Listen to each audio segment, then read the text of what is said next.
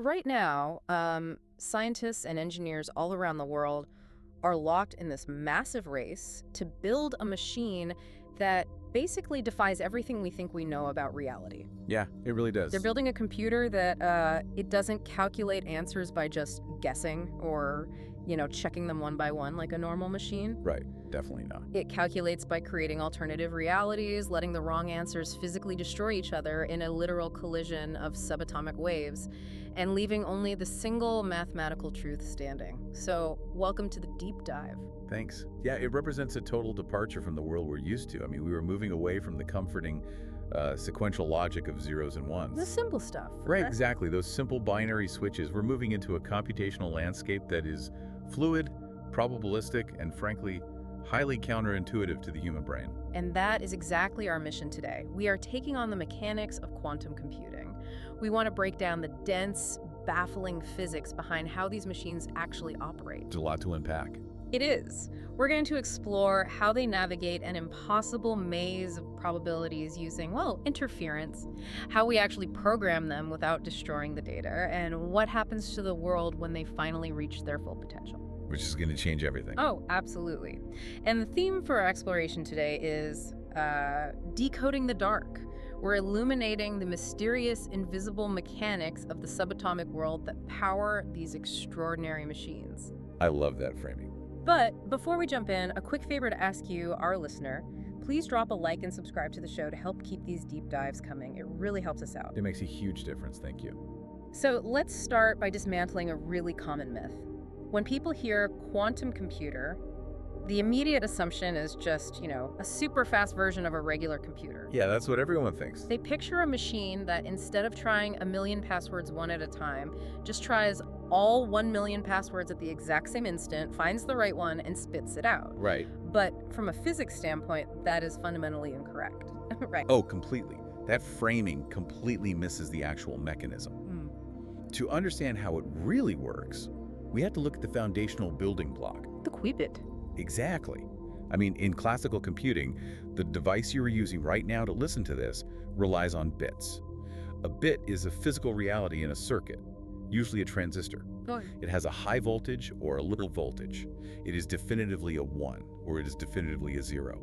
There is absolutely no ambiguity. It's a light switch. The light is either on, illuminating the room, or it's off, and you're in the dark. Perfect analogy. Yeah. But the quantum realm operates under the Schrödinger equation, which allows for something profoundly different. Right. A quantum bit, or qubit, does not have to choose between 0 and 1. As long as it remains perfectly isolated, it can exist in a linear combination of both states simultaneously. And this is superposition. Yes, this phenomenon is known as superposition. Okay, I want to be really careful with how we visualize this because the phrase both states simultaneously often leads to a misconception. It does, yeah. It's easy to picture the qubit as being physically 0 and physically 1 in a macroscopic everyday sense, but it's really about existing in a probabilistic state of multiple configurations, right? Until the moment it interacts with the outside world. Taking that a step further, physicists often use a geometric model to explain this. It's called the block sphere. The block sphere. Okay, paint a picture for us. Imagine a perfectly round three-dimensional globe.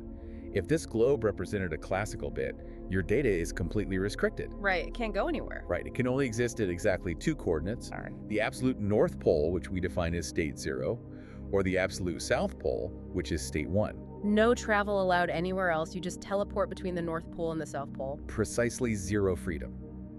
But a qubit in superposition can exist at any given point on the entire surface of that sphere. It could be on the equator, it could be somewhere in the northern hemisphere. The specific geometric coordinate on that sphere dictates the probability of whether that qubit will ultimately snap to the North Pole or the South Pole when you finally force it to choose.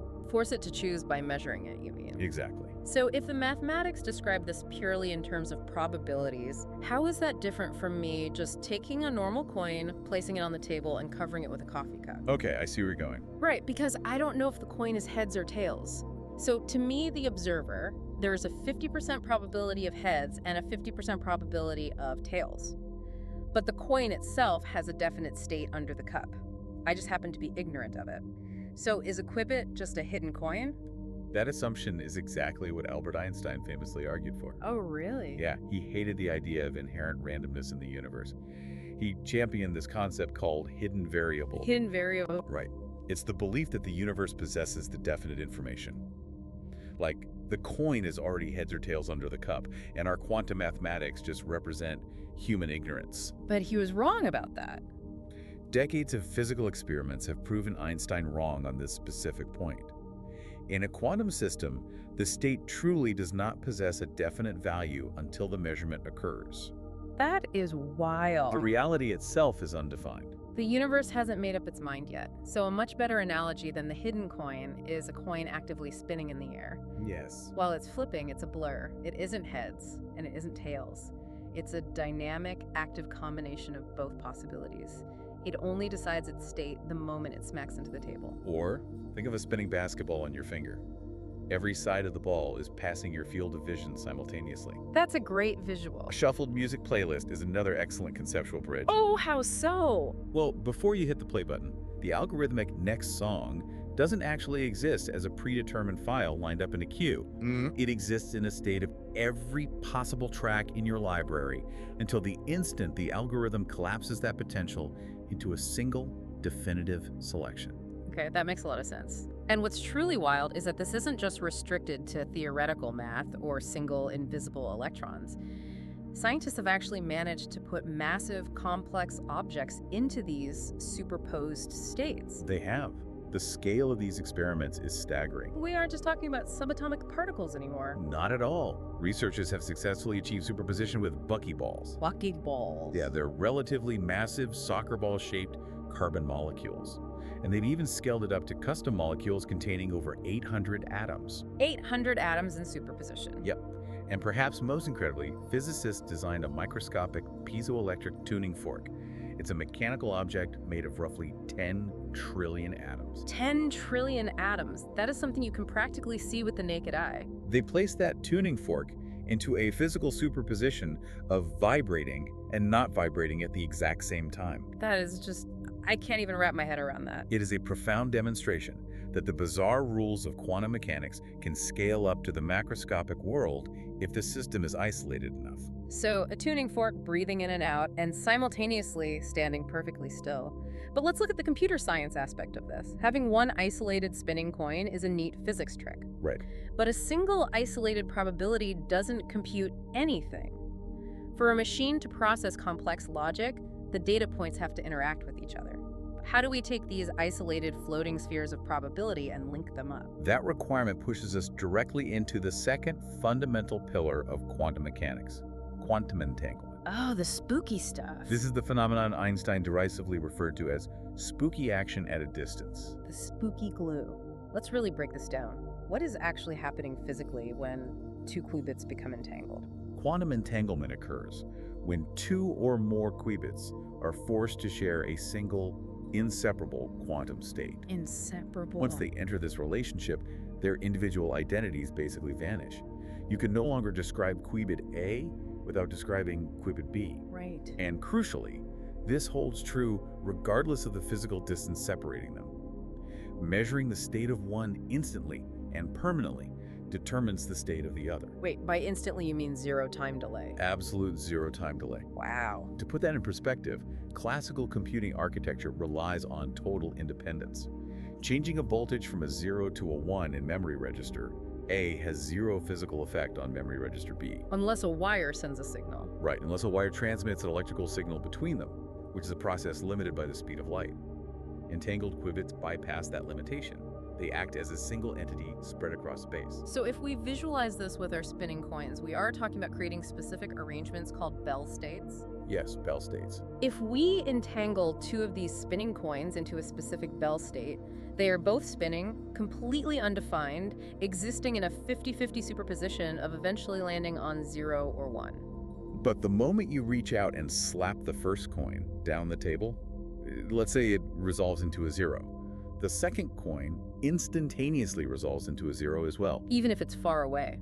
The distance does not matter. The first coin could be in a basement lab in New York, and the second coin could be aboard a satellite orbiting Mars. The resolution is instantaneous across millions of miles. Let me throw out an analogy here. Imagine you have a pair of, let's call them magic gloves.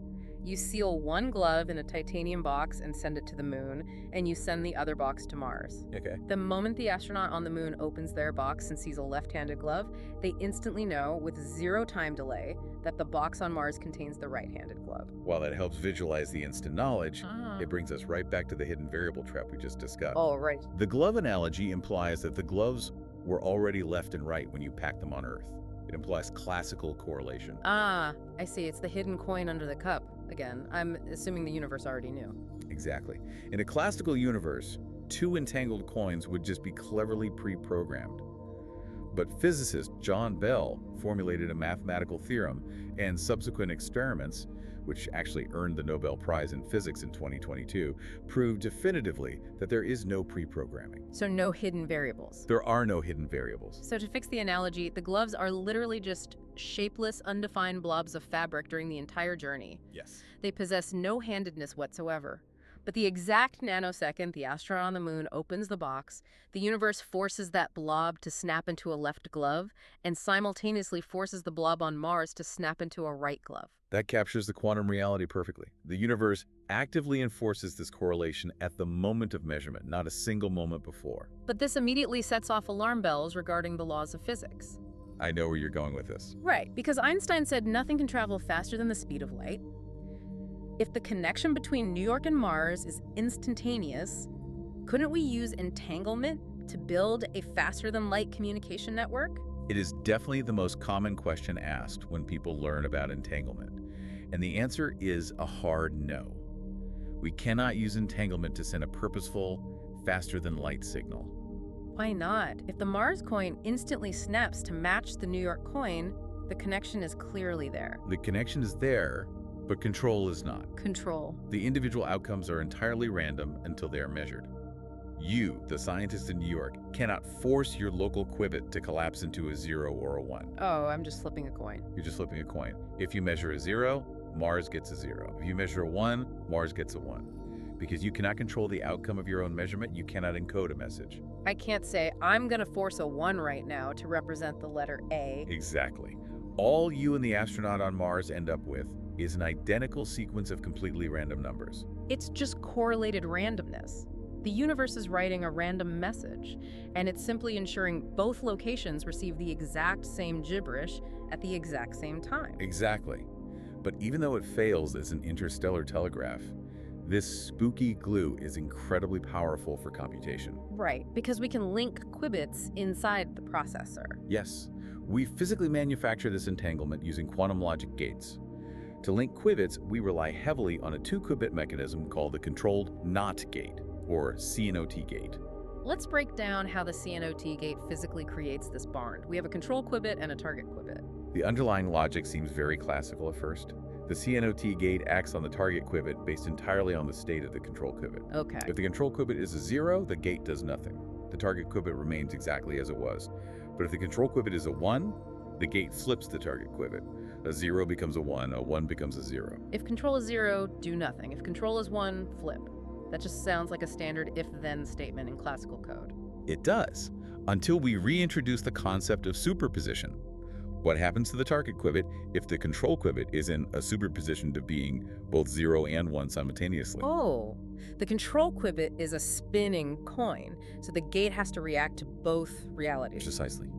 Because the control qubit is unresolved, the CNOT gate forces the target qubit into an unresolved state as well. Wow. The target qubit's fate becomes mathematically welded to the control qubit. They enter a joint, inseparable state. We have successfully manufactured entanglement. That is a brilliant piece of engineering. And this capability opens up applications far beyond just crunching numbers inside a processor. Oh, definitely. The ability to link particles like this has massive implications for data transmission. Let's talk about superdense coding. Superdense coding feels like a cheat code for reality. A cheat code. Yeah, we established that you can't send a message faster than light. However, entanglement allows you to send classical information with impossible efficiency. How does that work? By sharing a single pair of entangled qubits in advance. Say, Alice keeps one, and Bob takes the other to a distant location. Alice can perform operations on just her local qubit. Okay. When she sends that single qubit to Bob, He can analyze the pair and extract two classical bits of data. She is sending 2 bits of information by only physically mailing 1 qubit. She's doubled the bandwidth of reality. She has. And the implications for cybersecurity are even more profound. Quantum key distribution, specifically the E91 protocol. Right. How does E91 work? Arthur Eckert proposed E91 in 1991, and it elegantly weaponizes the fragility of quantum states to create theoretically unbreakable encryption. Unbreakable. Theoretically, yes. In this protocol, 2 parties, Alice and Bob, use a central source that fires a stream of entangled photon pairs. 1 photon goes to Alice, 1 to Bob. And they use these photons to build a shared secret password, like a cryptographic key. But what happens if an eavesdropper, let's call her Eve, tries to tap the fiber optic cable and read the photons as they fly by? Here is where the physics protect the data. In a classical network, Eve can silently copy the electrical signals and read them without Alice or Bob ever knowing. Right, because copying classical data is easy. But in a quantum network, Eve cannot intercept a photon without measuring it. And as we know, the act of measurement forces a superposed, entangled state to collapse. She breaks the spinning coin. By looking at it, she forces it to land. She permanently severs the entanglement. So when Alice and Bob eventually compare a small random subset of their photons to check for errors, they won't see the perfect correlation of entangled particles. You'll see noise. They will see the statistical footprint of classical randomness. The physics of the universe literally alerts them that the line is compromised, making the encryption physically unhackable. Okay, so we've established the playing field. We have these qubits sitting in vast superpositions, floating as spheres of probability, and we have them glued together in this massive instantaneous web of entanglement. That's our setup. So our quantum computer is essentially holding every possible state, every possible answer to a problem, in a giant, shimmering, interconnected web. It is a vast landscape of computational potential. But this brings us to a massive, glaring paradox. Which is? If we have this massive web exploring every single possibility, what happens when we ask for the answer? If looking at a quantum system forces it to collapse into a definite state, doesn't measuring the computer just collapse the web into one completely random outcome? Yeah, that's the big question. How do we force the machine to spit out the correct answer rather than just coughing up a random piece of the web? This is the most critical question in quantum computing, and the answer is the absolute secret sauce of the technology. It relies on a physical mechanism called quantum interference. Quantum interference. This is how the computer actually computes. This is the engine of the maze. To understand this, we have to look deeply into wave-particle duality. We have to stop thinking of these subatomic particles as tiny, solid billiard balls. We do. At the quantum scale, particles like electrons and photons behave fundamentally as waves of probability. Waves of probability. The absolute best way to conceptualize this is through the most famous demonstration in quantum physics, the double-slit experiment. Let's walk through that because it sets the stage perfectly. Imagine a completely dark room. You have a laser that fires single photons one at a time. In front of the laser is a solid barrier with 2 tiny vertical parallel slits cut into it. Right. And behind the barrier is a photographic wall that records exactly where each photon lands. If photons were solid little billiard balls, you would expect them to travel in straight lines. They would either bounce off the barrier or they would pass cleanly through one of the 2 slits, eventually forming 2 distinct vertical bands of light on the back wall. 2 slits, 2 bands of light. Simple classical logic. But that is not what happens. Instead, as you fire millions of photons through the barrier, a complex pattern emerges on the back wall. You see a bright band in the center, flanked by a dark band, then another bright band, then a dark band, repeating outwards. It's an interference pattern. It is a classic interference pattern. It looks exactly like dropping 2 pebbles into a still pond side by side. The ripples spread outwards from each splash, and when those water waves crash into each other, they interact. Exactly. Water waves have high points, called peaks, and low points, called troughs. When the peak of one ripple perfectly aligns with the peak of another ripple, they combine forces. They merge. They merge into a wave that is twice as high. In physics, we call this constructive interference. The amplitude of the wave increases. And in quantum terms, what does a higher amplitude mean? A higher amplitude means a higher probability of the particle existing in that location. That constructive interference creates the bright bands on the wall. And the dark bands. That is destructive interference.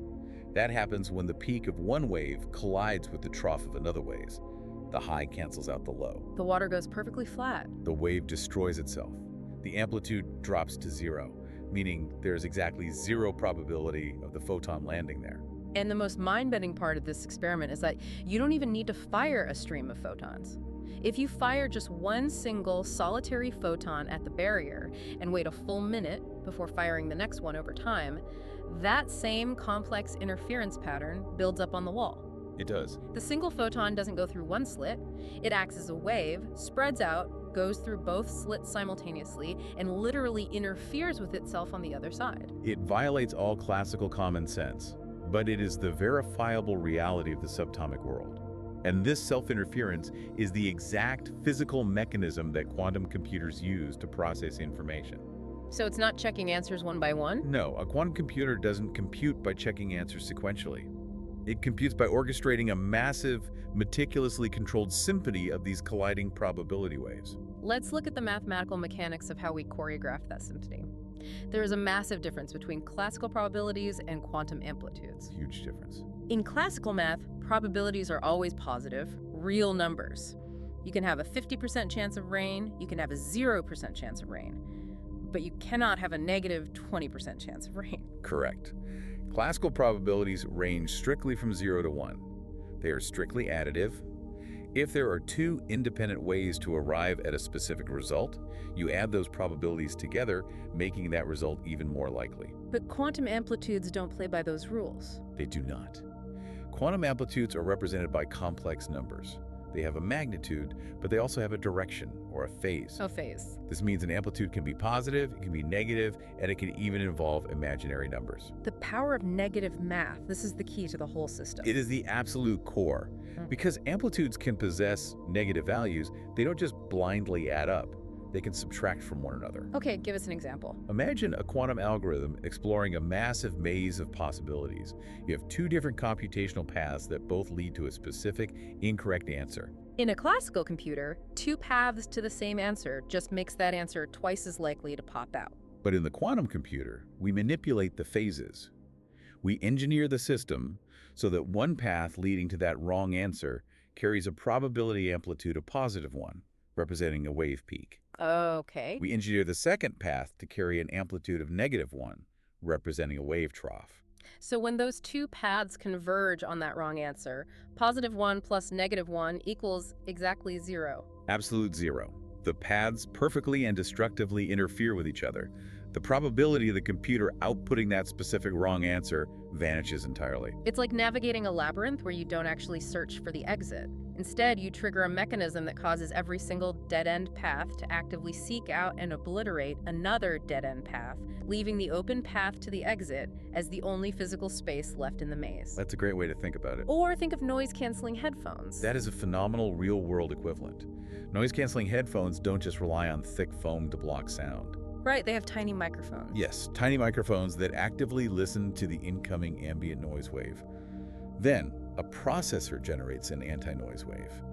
It creates a trough to perfectly match every incoming peak, and a peak to perfectly match every incoming trough. And when they meet?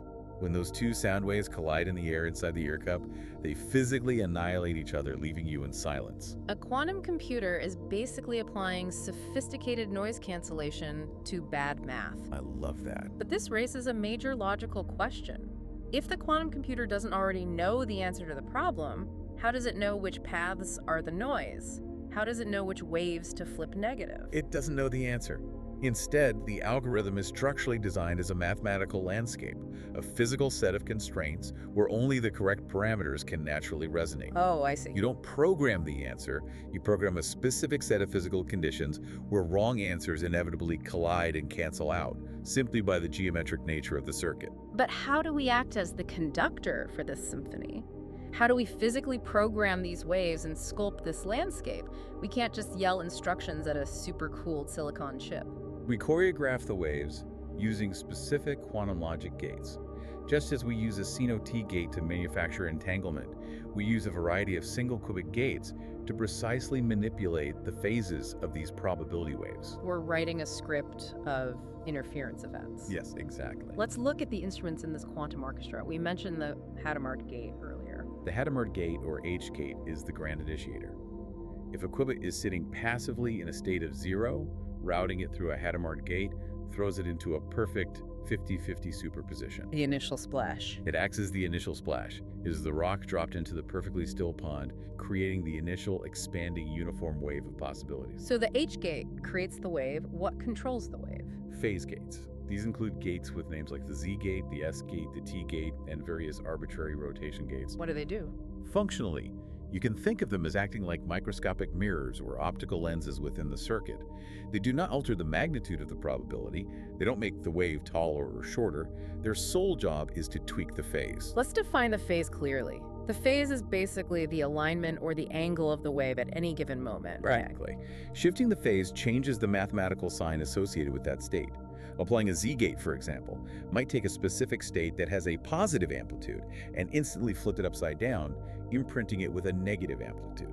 It turns the peak into a trough without changing its overall size. Precisely. And what's fascinating is how these instruments play together to perform a calculation. A typical sequence begins with a layer of Hadamard gates, spreading the qubits into a vast ocean of possibilities. Okay, we've dropped the rocks in the pond. Next, you apply a targeted sequence of phase gates.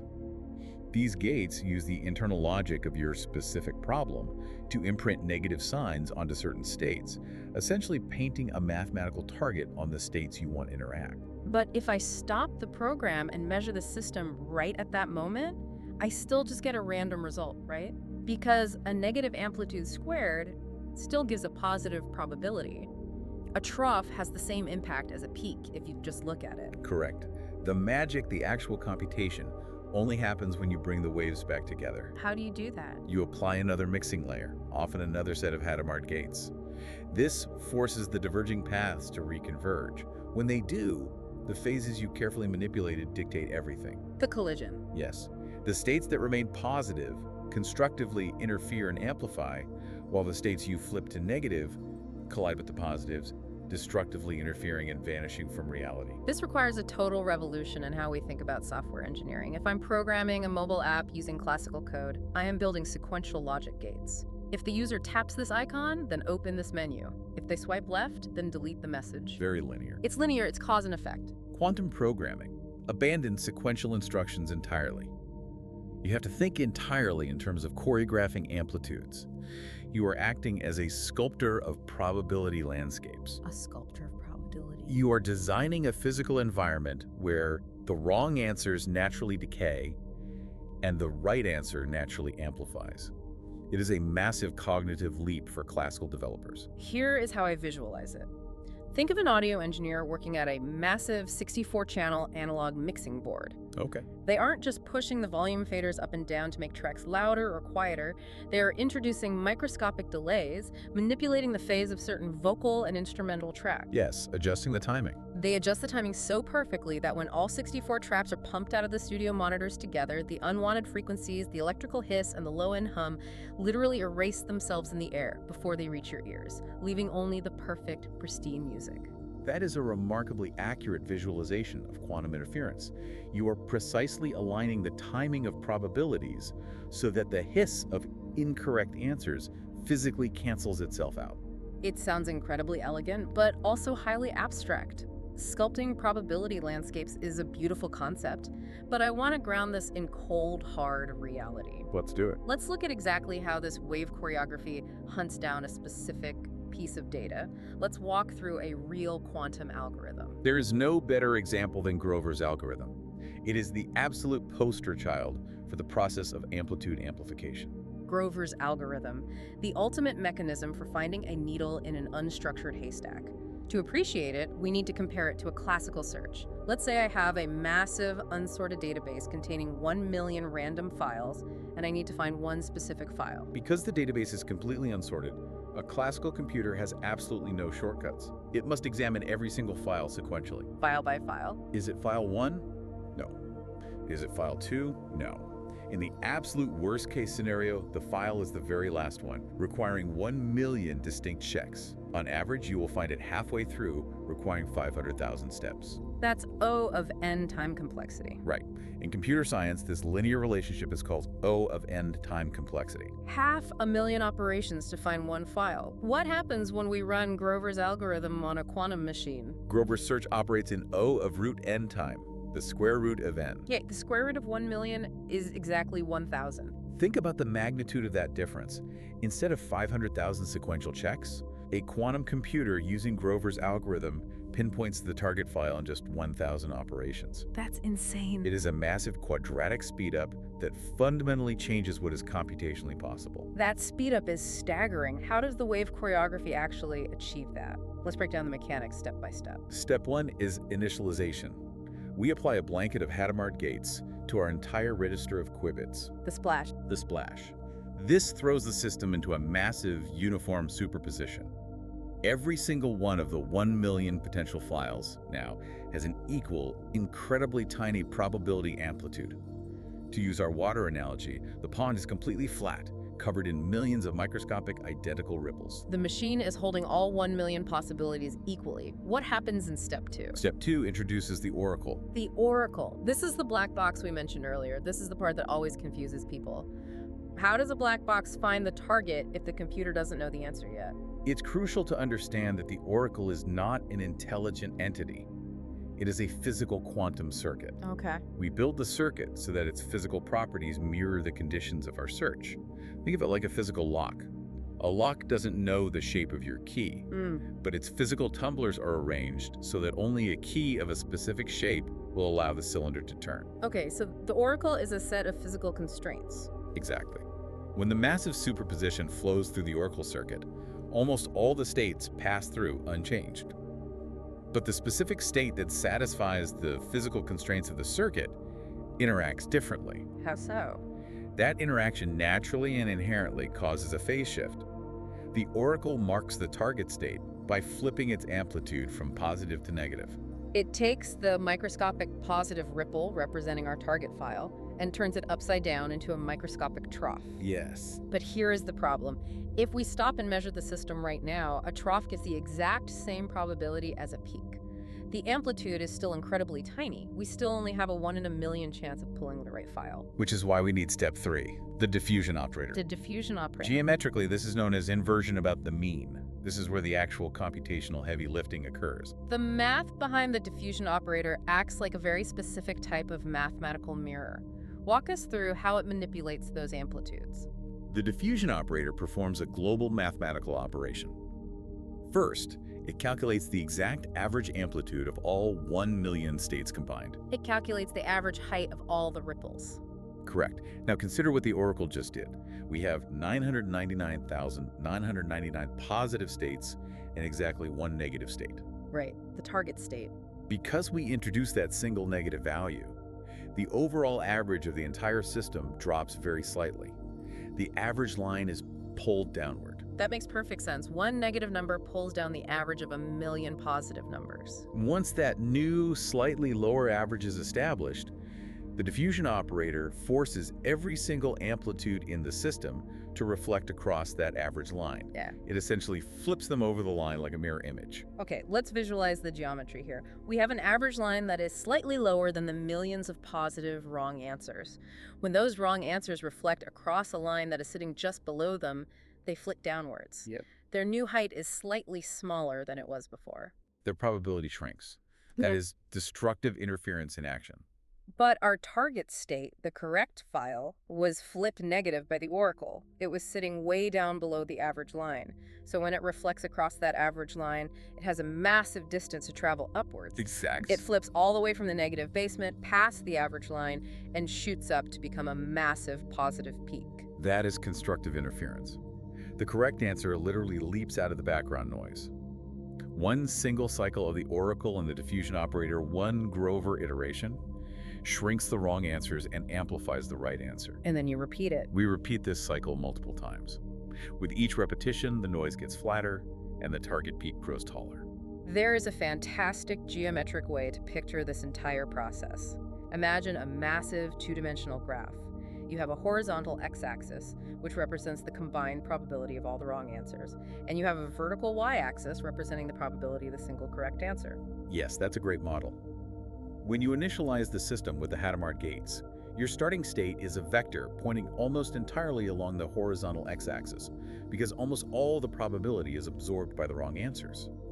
The vector has a microscopically tiny upward tilt toward the y-axis. But every time you run a Grover iteration, every time you run the oracle and the diffusion operator, it physically rotates that vector. It clicks it upward, closer and closer to the vertical y-axis. Precisely. The algorithm literally steers the probability away from the noise and points it directly at the truth. It is an incredibly elegant rotation through a multidimensional Hilbert space. And the real-world applications are not just about searching text files. They involve optimizing incredibly complex networks. Imagine you are managing a global, interconnected server farm. This is a perfect example. Let's say you have a network of 64 massive servers handling global financial transactions. You desperately need to route a critical data packet to the optimal server. You need to find the one server out of 64 that currently has a latency under 10 milliseconds and a CPU load under 50%. In classical networking, a load balancer has to send out ping requests, wait for the servers to respond with their current stats, and evaluate them sequentially. In a high-frequency trading environment, those milliseconds of searching cost millions of dollars. Time is literally money. But a quantum system approaches it differently. It encodes the state of all 64 servers into a tiny cluster of just 6 qubits, because 2 to the power of 6 is 64. It creates a superposition of all 64 server states simultaneously. It feeds that superposition through an oracle circuit physically wired to flag the specific latency and load constraints. It runs the diffusion operator to amplify the marked state. In a fraction of the time a classical system takes to ping the network, the quantum system isolates the exact binary address of the optimal server. That kind of instantaneous routing efficiency would fundamentally rewrite global logistics and networking. But looking at the mechanics of Grover's algorithm, I want to push back on something that seems like a logical flaw. Oh, really? Okay, what is it? If running an iteration rotates the vector closer to the correct answer, making the peak taller, why stop at 1,000 steps? If I want to be absolutely 100% certain I have the right answer, why not just run the loop a million times? Why not just keep amplifying it? That is a very sharp observation, and it highlights a critical danger in quantum algorithm design known as over-rotation. Over-rotation. Go back to your geometric visualization. You are rotating the vector upwards, steering it toward the vertical y-axis, which represents a 100% probability of measuring the correct answer. But what happens if the vector reaches the y-axis and you run the iteration again? Oh. It doesn't stop. It keeps rotating. It swings right past the y-axis and starts pointing away from the solution. Exactly. The mathematics are relentless. If you run too many iterations, the amplitude of the correct answer peaks and then actively begins to drop again while the noise begins to amplify. Oh, it gets worse. You have to stop the music at the exact right moment to maximize the probability. The math dictates that the optimal number of iterations is roughly pi over 4 multiplied by the square root of n. Run it longer than that, and you actively destroy your own result. So it isn't just about raw power, it's about perfect, precise timing, knowing exactly when to collapse the wave. That's fascinating. Okay, so Grover's algorithm is the ultimate tool for finding a needle in an unstructured haystack. Yes. But what if the haystack itself isn't a list of files? What if the haystack is a complex structural mathematical puzzle? What if we are looking for a hidden rhythm, a pattern deeply embedded in massive numbers? That brings us to the algorithm that basically terrified the entire global cybersecurity apparatus. We are talking about Peter Shor and Shor's algorithm. Shor's algorithm. This is the prime number killer. This is the theoretical code that threatens the foundations of modern encryption. It does. Modern RSA encryption, which secures literally everything of value in the digital age, our bank transfers, our secure emails, military communications, the entire backbone of blockchain technology relies on a very specific mathematical asymmetry. Right. It is very easy for a classical computer to take two massive prime numbers and multiply them together to create a gigantic composite number. It takes a fraction of a second to multiply them. But it's practically impossible for a classical computer to do the reverse, to take that massive composite number and reverse engineer it to find the two original prime factors. There's no efficient classical algorithm for factoring large numbers. It would take the fastest classical supercomputer on Earth billions of years to brute force a standard 2048-bit RSA key. The universe would literally end before the computer cracked your banking password. Exactly. But in 1994, Peter Shor proved mathematically that a quantum computer could factor those massive numbers exponentially faster. He didn't achieve this by simply speeding up a brute force guessing game. He achieved it by entirely changing the nature of the mathematical problem. How did he change the problem? He reduced the factoring problem to a periodicity problem. He proved that finding the prime factors of a large number is mathematically equivalent to finding a repeating pattern, the period, which we denote as the variable r within a specific modular exponentiation function. Modular arithmetic. This is clock math. Exactly, clock math. On a 12-hour clock, once you go past 12, you loop back to 1. 13 o'clock is just 1 o'clock. So this function, which involves taking numbers to massive powers and dividing them by the encryption key, will eventually loop around and repeat its values in a distinct pattern. Yes. And if we can find the exact length of that loop, the period r, we can essentially reverse engineer the encryption. Exactly. The problem is, for cryptographic numbers, the loop is incredibly long, and the numbers are astronomically massive. Finding that repeating pattern classically is just as hard and takes just as billions of years as factoring the number directly. But quantum computers can cheat. Quantum mechanics provides a physical shortcut to finding patterns. The setup sounds very similar to Grover's. We prepare a massive superposition. Yes, we prepare a vast superposition of all possible input values, and then we entangle those inputs with the results of that modular function. So the entire quantum state now holds the complete function. The entire history of the loop, with all its hidden periodic structure, is suspended in one massive shimmering web of entanglement. It's all in there. But again, if we just look at it, if we measure it right now, we ruin it. We just get a random input and a random output. We don't see the pattern. Right, the pattern is washed out by the superposition. To reveal the hidden rhythm, we must use the absolute piece de resistance of Shor's algorithm, and arguably the most important operation in all of quantum computing. The quantum Fourier transform, or QFT. The QFT. This is the heavy artillery. What is the actual physical effect of this operation on the waves? The QFT is a massive, incredibly elegant interference operation. It takes the probability amplitudes of our entangled superposition and physically maps them into a totally new mathematical basis. It analyzes the specific frequencies embedded in the data. You know, this process right here, this is exactly what I mean when I say decoding the dark in the middle of this deep dive. We are taking these invisible, chaotic, subatomic quantum frequencies, and we are physically forcing them to translate into a single, clear, usable mathematical truth. Oh, that's perfectly stated. We are illuminating the hidden structure of the universe to break a code. That is exactly what is happening. The mechanics of the QFT force the periodic structure of the data to interact with itself. It causes massive constructive interference at very specific, predictable intervals. Fractional spikes that are proportional to 1 over the period. Yes. For any value that naturally resonates with the true period of the function, the quantum waves perfectly align peak to peak and build a massive probability spike. For every other random, non-periodic value in the web, the phases misalign. Peak meets trough. Destructive interference brutally cancels them out into near nothingness. Okay, here's the analogy that made the QFT finally click in my head. Think of the QFT as a musical prism. I like that. Imagine our quantum state is a complex, incredibly muddy chord played on a piano. You just slam your arms down on the keys. Dozens of notes are overlapping, creating a chaotic wall of noise.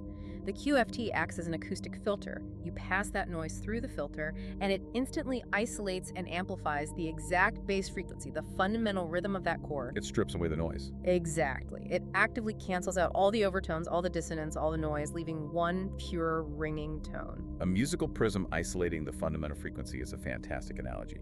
The QFT forces that pure tone of the encryption's period to emerge from the mathematical noise. But just to clarify the workflow here, even after the QFT does its magic and we measure the system, the quantum computer doesn't actually spit out the prime factors, right? It doesn't print out a piece of paper that says, the bank password is password 123. No, it does not. Shor's algorithm is a hybrid workflow. The quantum computer handles the impossible part. It spits out a number that is very close to a multiple of that fraction, 1 over r. Okay. We then take that quantum result, feed it back into a standard classical computer, and use some highly efficient basic math, specifically an algorithm involving continued fractions, to deduce the exact period r. From there, using r to find the prime factors is trivial classical arithmetic. So we use the quantum computer purely as an interference engine for the heavy lifting and then hand the puzzle piece back to the classical machine to finish the picture. That's the process. I have to marvel at the mathematical perfection of these algorithms, but it raises a huge, terrifying question. If the math is so perfect, and we've known about Shor's algorithm since 1994, why hasn't everything collapsed? Why hasn't the global banking system been hacked? Why don't we have quantum computers on our desks right now? That brings us to the harsh physical reality of quantum engineering. The math is flawless. The hardware is a nightmare. This brings us to the biggest enemy of quantum computing, the fragility of the wave. Decoherence, the destroyer of interference. Yes, decoherence is the physical process where quantum behavior degrades into classical behavior. Remember, to compute, to execute a flawless QFT, these qubits must remain perfectly isolated. They must remain coherent. The probability waves need to be absolutely pristine for the peaks and troughs to align perfectly. But the universe doesn't like pristine isolation, does it? The universe is messy. The universe abhors isolation. Any interaction with the outside environment, and I mean any unintended interaction, acts as a physical measurement on the system. Wait, you don't mean a scientist literally looking at a screen? No, not at all. A tiny, microscopic fluctuation in thermal energy.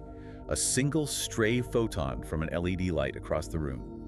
Microscopic electromagnetic noise from a cell phone tower a mile away.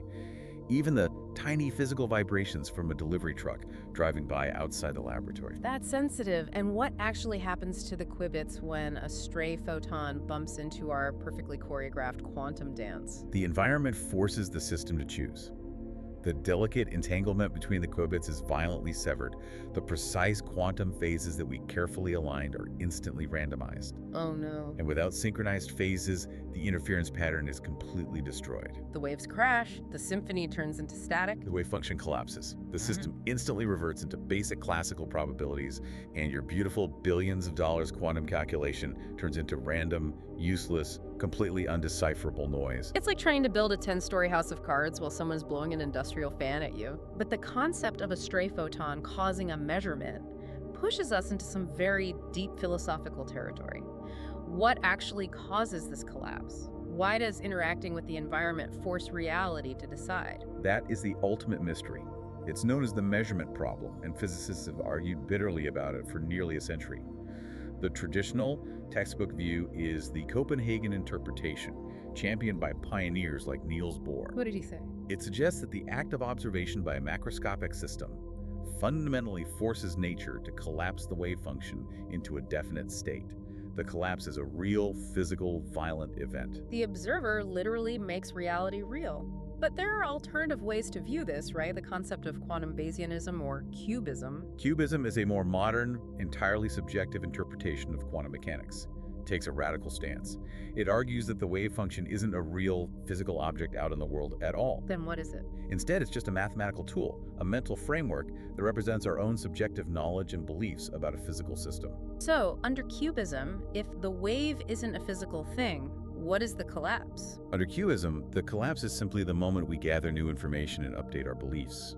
It's not a physical event, it's a cognitive one. The universe was already doing whatever it was doing, and the collapse is just our mathematical model catching up to reality. So reality doesn't break, we just finally learn what reality is. That is a deep rabbit hole. It really is. But practically speaking, regardless of whether the collapse is physical or cognitive, the decoherence is undeniably real in the lab, and it's ruining our calculations. So where does that leave the technology today? It leaves us in a transitional phase that we call the NIQ era, NISQ. It stands for Noisy Intermediate Scale Quantum. Noisy, because of the constant decoherence from the environment. Exactly. We absolutely have physical quantum processors functioning right now. Tech giants like IBM have built chips, such as their Osprey processor, boasting hundreds of qubits, but they are incredibly noisy. Right. They can only maintain coherence. They can only keep the symphony playing for tiny fractions of a second before the waves crash.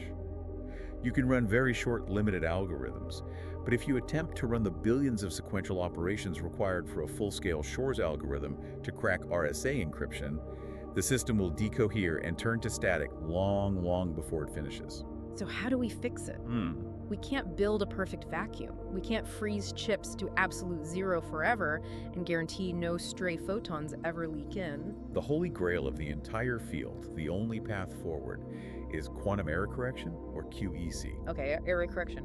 If we accept that we cannot completely stop the noise, we have to invent a way to correct the errors on the fly, dynamically, without destroying the calculation. But wait, didn't we just establish that looking at a qubit to check if it has an error counts as a measurement, and measurement causes collapse? How can you possibly fix an error in a data point without looking at the data point? That paradox is why quantum error correction is considered one of the greatest intellectual achievements in computer science. We use the spooky glue of entanglement to spread the information out. Yeah. One of the foundational examples is the Shor 9 qubit code. The Shor 9 qubit. Yes. Instead of storing one piece of critical data on one fragile physical qubit, we entangle 9 physical qubits together in a specific network to represent a single, robust, logical qubit. Okay, so the data isn't in one place. It's smeared across a collective group of qubits. Right. And to check for errors within that group, we use extra specialized qubits called ancilla qubits. We briefly entangle an ancilla qubit with our data qubits, but we are incredibly careful about the question we ask it. We do not ask the ancilla, what is the state of the data? Because asking what is the data collapses the wave. This brings up the parity check mechanism. This is genius. Yes, the parity check. We ask the ancilla qubit a purely relational question. We ask, are these two adjacent data qubits the same as each other, or are they different? By only measuring the parity, same or different, we can detect if a random thermal noise event caused one of the qubits to physically flip. But because we only learn that they are different, and we never learn if they are both ones or both zeros, we don't learn the actual state of the data itself. Wow. And because we don't learn the data, the superposition survives. That is unbelievably clever. You interrogate the system just enough to spot the anomaly, to spot the broken gear, but you stay ignorant enough to avoid collapsing the wave. Precisely.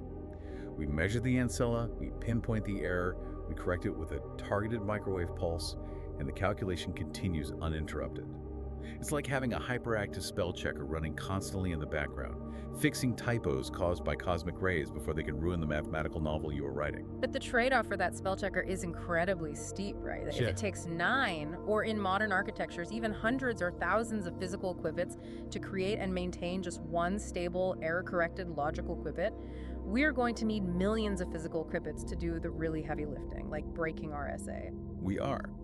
Scaling up the hardware from hundreds of noisy qubits to millions of stable qubits to support massive fault-tolerant error correction is the defining engineering and physics challenge of our generation. And as we look toward that future, I want to take a step back and recap the incredible journey we've taken today. We started in the familiar binary world of classical bits, the rigid maze where you turn left or right. We broke that maze. We entered the quantum realm, where qubits exist in superposed states of probability, capable of exploring vast computational spaces simultaneously. We linked those qubits together with the instantaneous correlation of entanglement, creating inseparable webs of logic that span physical distance and defy hidden variables. And most importantly, we learned the engine of it all. A quantum computer doesn't just guess everything at once. It uses quantum interference, the collision of constructive and destructive probability waves, to mathematically sculpt the correct answer out of the noise. It uses negative math to cancel out the dead ends and amplify the truth. We saw how algorithms like Grover's and Shor's physically choreograph these waves using quantum gates. They bend the probability landscape to instantly route server networks or reveal the hidden periodic rhythms of prime numbers. And we faced the harsh reality of decoherence, the extreme fragility of these subatomic symphonies, and how the brilliant parity checks of quantum error correction might just be our path forward. It's a huge journey. It is so vital to remember why this deep dive matters. This isn't just an abstract academic exercise in physics. Mastering this technology will fundamentally alter human civilization. It will force us to reinvent global cryptography from the ground up. It will optimize supply chains, financial markets, and global logistics networks in ways we can barely conceptualize today. It will allow us to simulate complex chemical reactions at the exact molecular level, entirely inside a computer, potentially leading to breakthrough cures for diseases and the design of entirely new, impossible materials. All by learning to tap into the literal operating system of the universe. Thank you so much for joining us in Decoding the Dark today. My pleasure. To you, our listener, we hope this exploration illuminated the incredible, invisible mechanics hiding just beneath the surface of reality. If you enjoyed this journey through the subatomic maze, please drop a like and subscribe to the show. It helps us continue to bring these complex topics into the light. We truly appreciate your curiosity and your time. I want to leave you with one final, deeply provocative thought to chew on, something that radically reframes everything we just talked about. We spend billions of dollars trying to isolate these qubits. We build massive, gold-plated dilution refrigerators to chill processors down to fractions of a degree above absolute zero. We put them in massive vacuum chambers just to keep the thermal noise and the stray photons out. We treat the environment as the ultimate enemy of quantum mechanics. Because in our human-engineered labs, the environment is the enemy. It is an immense, agonizing struggle to maintain coherence. Yeah, nature might have already figured out how to do it without the refrigerators. Yeah, this is fascinating. There is an entirely new, rapidly exploding field of study focused on biological quantum phenomena.